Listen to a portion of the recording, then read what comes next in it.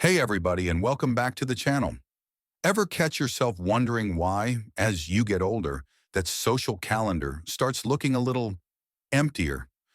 Maybe back in the day you were the queen or king of constant visits, always making the rounds, showing up at every gathering. But now the thought of another obligatory visit makes you want to hide under the covers with a good book. And let me tell you, that's perfectly okay. Stick around, because today we're diving into 6 real reasons why I don't go visiting around like I used to.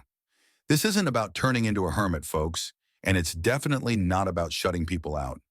Instead, it's about something way more interesting: understanding the beautiful, sometimes messy evolution of friendships, recognizing how our priorities do a complete 180 as we age, and learning why being strategic about where and who you spend your precious time with becomes the ultimate game changer.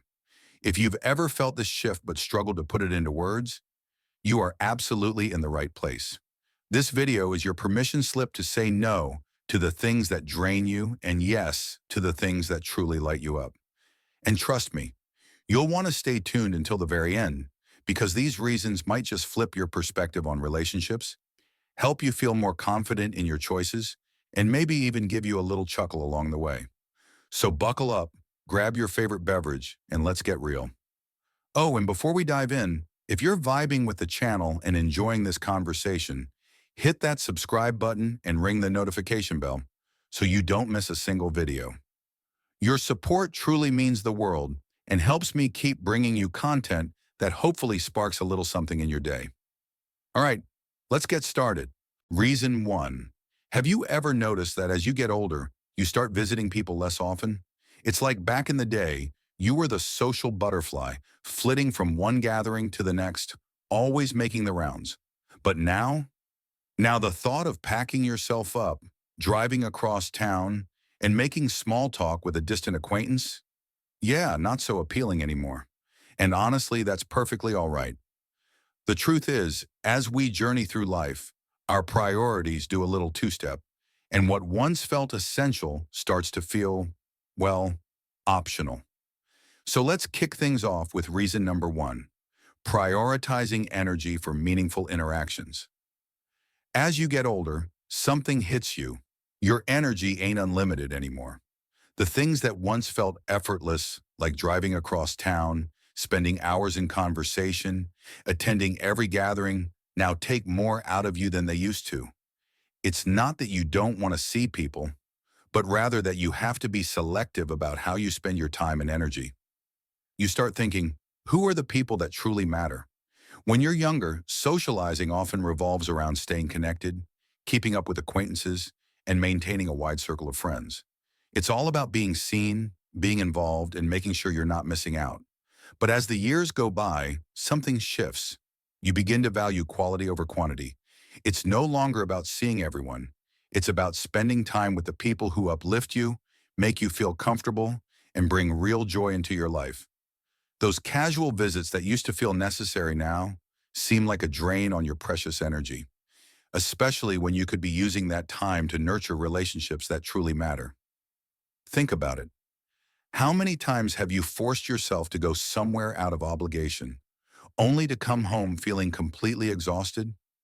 You sit through conversations that don't really interest you, spend time with people who don't make an effort to know you, and leave feeling like you would have been much happier staying home with a good book and a cup of tea.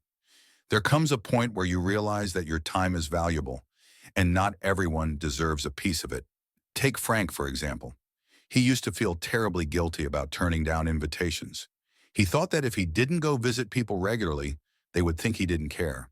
But over time, he noticed something. The people who truly valued him didn't need frequent visits to maintain a strong connection. Instead of spending his energy on surface-level interactions, he started focusing on deeper, more meaningful relationships. And suddenly, socializing felt less like an obligation and more like a genuine joy. It's not about isolating yourself. It's about choosing wisely. You don't need to be everywhere, and you don't need to see everyone to prove that you care. Real connections don't require constant presence. They require genuine appreciation, understanding, and a mutual respect for each other's time. And that brings us nicely to our next point: So we've established that as we age, our energy becomes a valuable commodity, and we start prioritizing meaningful connections over just being seen. Now that brings us to reason number two, and this one's a game changer: avoiding unnecessary stress and drama. Let's be honest, life's too short to spend it navigating toxic relationships or enduring pointless conflicts. When you're younger, you might feel obligated to tolerate gossip, passive-aggressive behavior, or constant complaining just to maintain social harmony. You might think, I have to be nice, or I don't want to make waves. But as the years roll on, you start to realize that protecting your peace of mind is non-negotiable. It's not about being rude or insensitive. It's about recognizing that your mental and emotional well-being is paramount. Think about it. How many times have you dreaded visiting someone because you knew it would inevitably lead to an argument? Maybe it's a family member who always finds a way to criticize you, a friend who constantly gossips about others, or a social circle that thrives on negativity. Those interactions can be incredibly draining, leaving you feeling anxious, frustrated, and emotionally depleted. And honestly, you deserve better. The truth is, you have the right to choose the company you keep. You don't owe anyone your presence, especially if that presence comes at the cost of your own happiness. It's perfectly acceptable to set boundaries, limit contact, or even distance yourself entirely from people who consistently bring negativity into your life.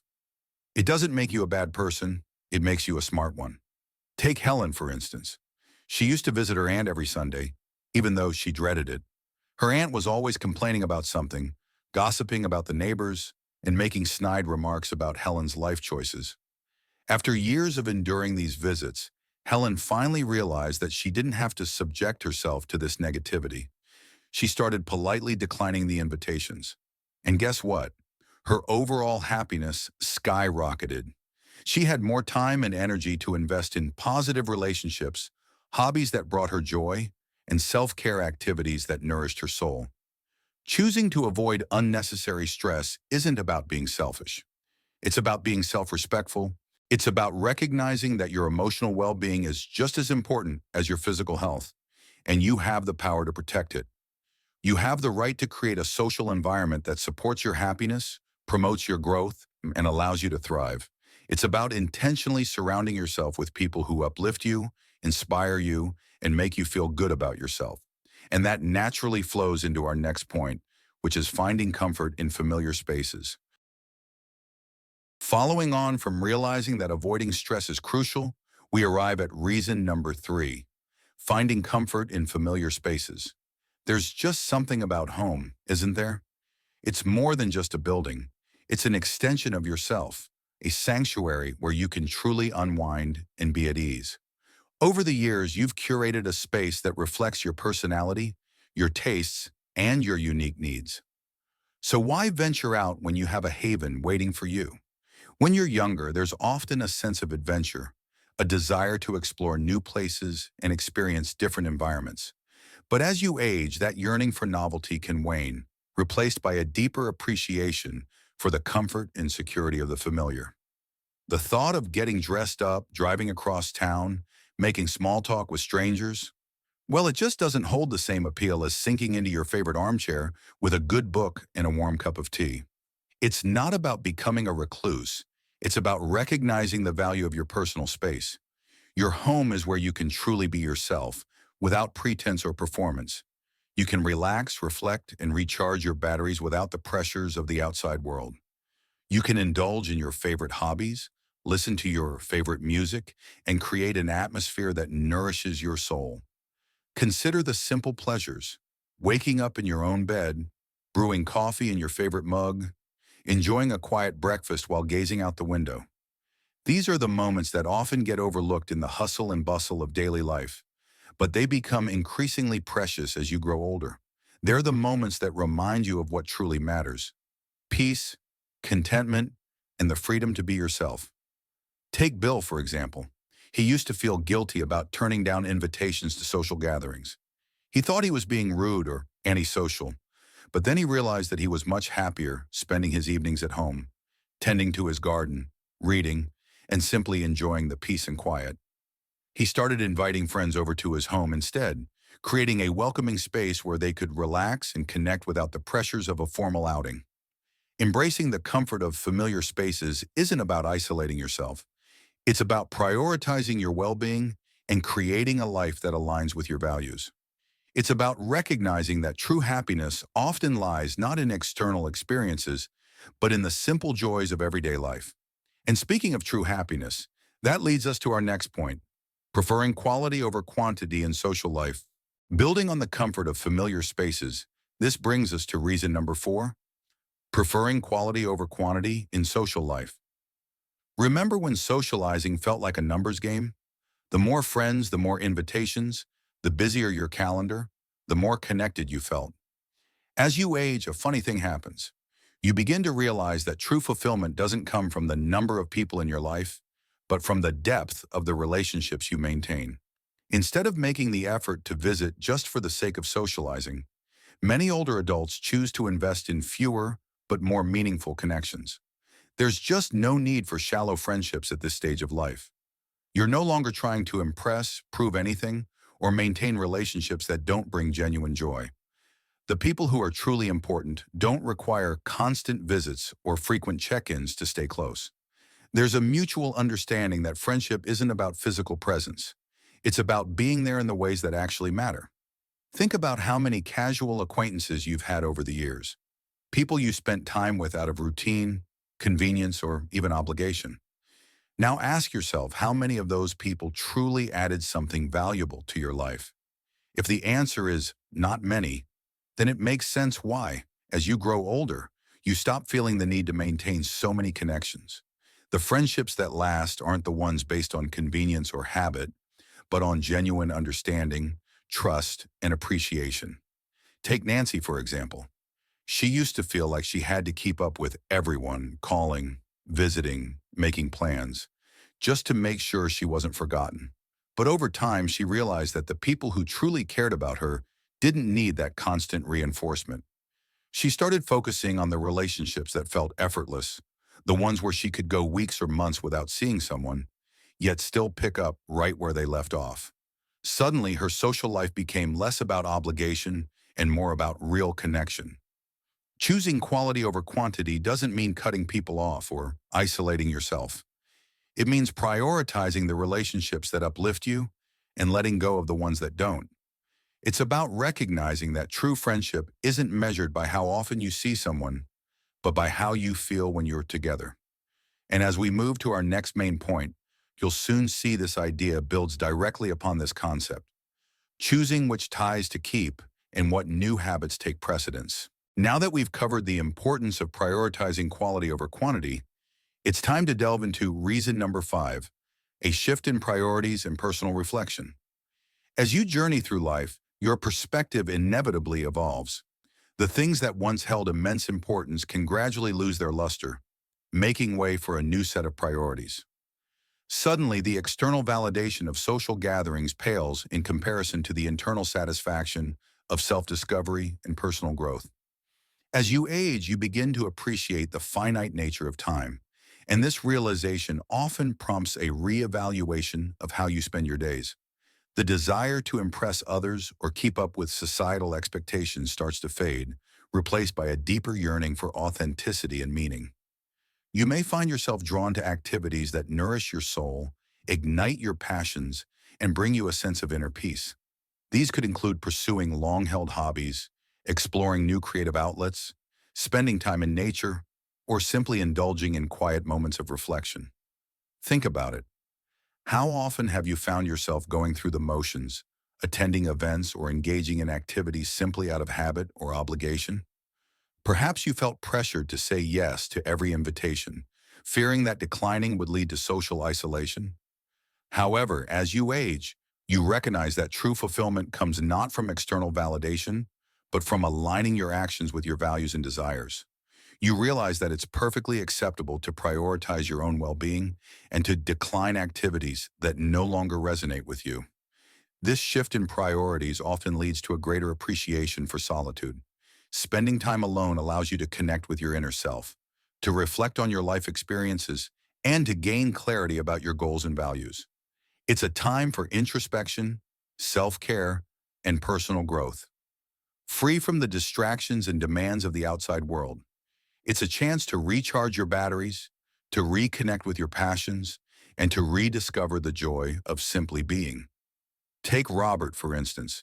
He spent most of his life being a social butterfly, always attending events and striving to maintain a bustling social calendar. But as he aged, he realized that he found more peace and fulfillment in solitude. He began to spend more time outdoors, enjoying long walks in nature, reading books he had always wanted to read, and reflecting on his life experiences. He discovered that being alone didn't equate to loneliness. It simply meant being in control of his time and energy. It allowed him to pursue his passions, to nurture his creativity, and to connect with his inner self in a way that he had never experienced before. This shift in priorities isn't about rejecting relationships or isolating yourself from the world. It's about making conscious choices that align with your values and bring you joy. It's about recognizing that your time is precious and that you have the right to spend it in ways that nourish your soul and enhance your well-being. So now we move on to the final reason, why real friendships really don't need frequent visits to remain strong. Building on the idea that strong friendships don't need constant upkeep, this leads us to our final point. Reason number 6, recognizing that true friendships don't require frequent visits.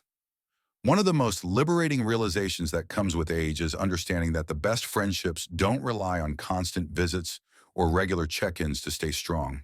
When you're younger, it might seem like relationships need constant maintenance to stay afloat. You call often, you visit frequently, you go out of your way to keep up. But as you get older, you realize that real connections don't fade just because you see someone less often. The truth is, life naturally pulls people in different directions. Families grow, priorities shift, and people settle into different routines. But strong relationships, the ones that truly matter, are built on something deeper than physical presence. They're built on mutual respect, understanding, and an unspoken bond that doesn't need constant reinforcement. Think of it this way.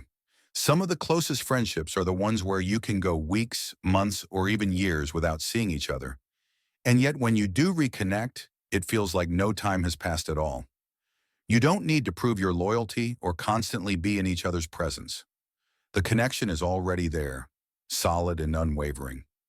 On the other hand, there may have been relationships in the past where you spent a lot of time visiting, yet deep down, those friendships didn't truly fulfill you. They were based on obligation, convenience, or a superficial connection, rather than genuine understanding and support. Take Eleanor, for example. She used to feel incredibly guilty about not visiting people as much as she used to. She worried that if she didn't put in the effort, those relationships would fade. But what she found was the opposite. The people who genuinely cared about her never once made her feel guilty for not visiting more often.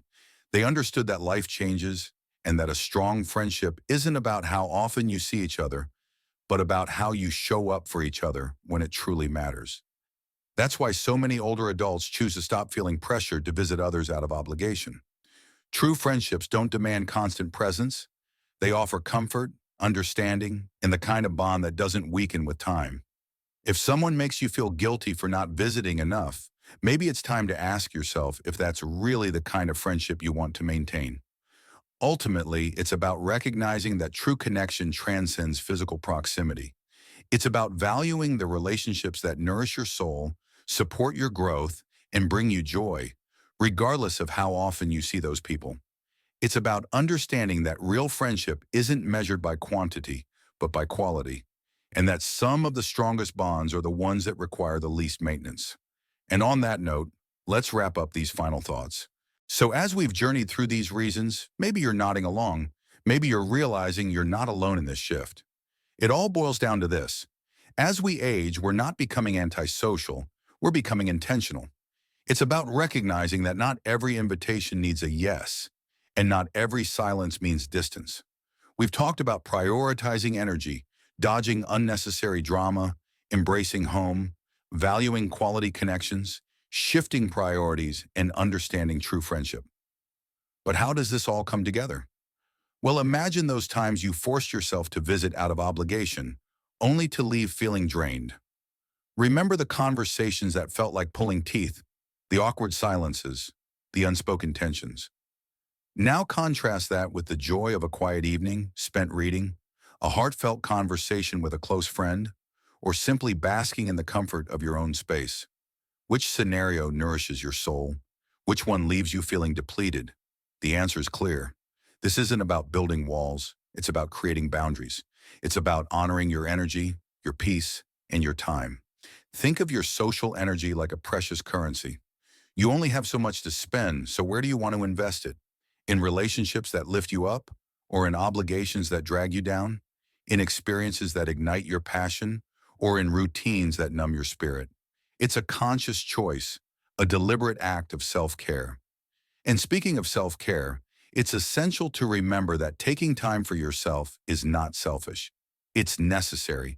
It's about recharging your batteries so you can show up as your best self in the relationships that truly matter. Whether it's a walk in nature, a creative pursuit, or simply a quiet moment of reflection, these moments of solitude are vital for your well-being. They allow you to reconnect with yourself, to clarify your priorities, and to approach your relationships with renewed energy and intention. Ultimately, it's about redefining what connection means to you. It's about understanding that true friendship isn't measured by the frequency of visits, but by the depth of understanding, the unwavering support, and the genuine affection that transcends time and distance. So embrace the freedom to choose, to prioritize, and to connect in ways that truly nourish your soul. Remember, it's your life, your journey, and your connections. Make them count. And on that note, thank you so much for watching. I hope you found this conversation helpful and insightful. Don't forget to hit that like button if you enjoyed this video and share it with anyone who might need to hear this message.